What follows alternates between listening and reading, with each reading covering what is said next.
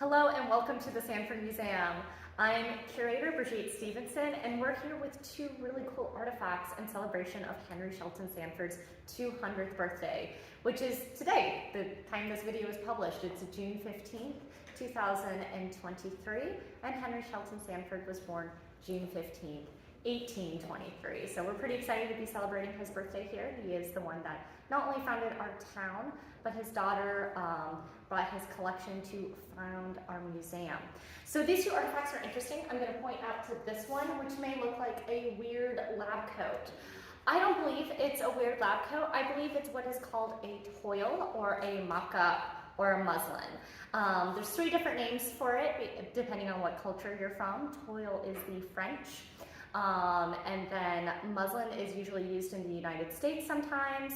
It's kind of dying, it's not as popular as a term anymore, and mock-up is what I mainly hear modern people use.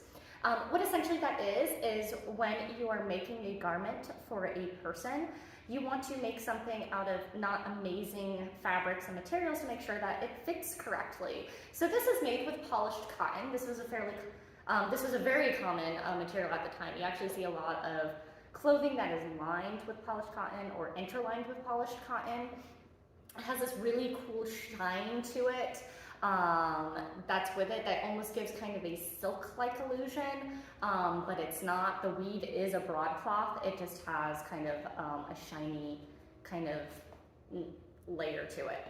So we think that it's possible that Henry Sanford had this toile or mock-up made for him so he could go to other places and ship the toile or mock-up to various tailors to have them make a suit instead of having him have to go to every single tailor shop and get fitted and refitted and do all that because he was traveling so much and may have not had the time to stop in person to that tailor shop for the amount of fittings that would be required to make a very nice suit.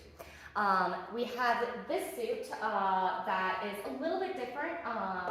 You can kind of see that the lapels are different, so this probably was not used to make this suit as far as that we know. But I want to talk a little bit about this suit because it has an interesting history. So when Henry Sanford was in the diplomatic corps, he kind of got a nickname called the Black Crow of Europe. He got into a little bit of trouble early on because he refused to wear what is called court dress. In order to enter into the courts of Europe with nobility, you were required to dress in these very elaborate and colorful and embroidered outfits. Henry Sanford was like, no, I'm not going to wear that. I'm going to wear a very nice tuxedo instead, or very nice tailcoat instead. That would be appropriate for this time period for a fine dining establishment or dinner time or evening, and wear that instead because I'm not beholden to a king or queen. I am beholden to the American people. The American people decide. So he was trying to kind of represent the United States.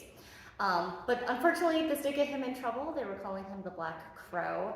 And instead of making it his personality, I feel like that was a cool nickname, he eventually donated 3 Prussian cannons to the state of Minnesota so he could get a general uniform because military dress uniforms were also considered okay to wear in court.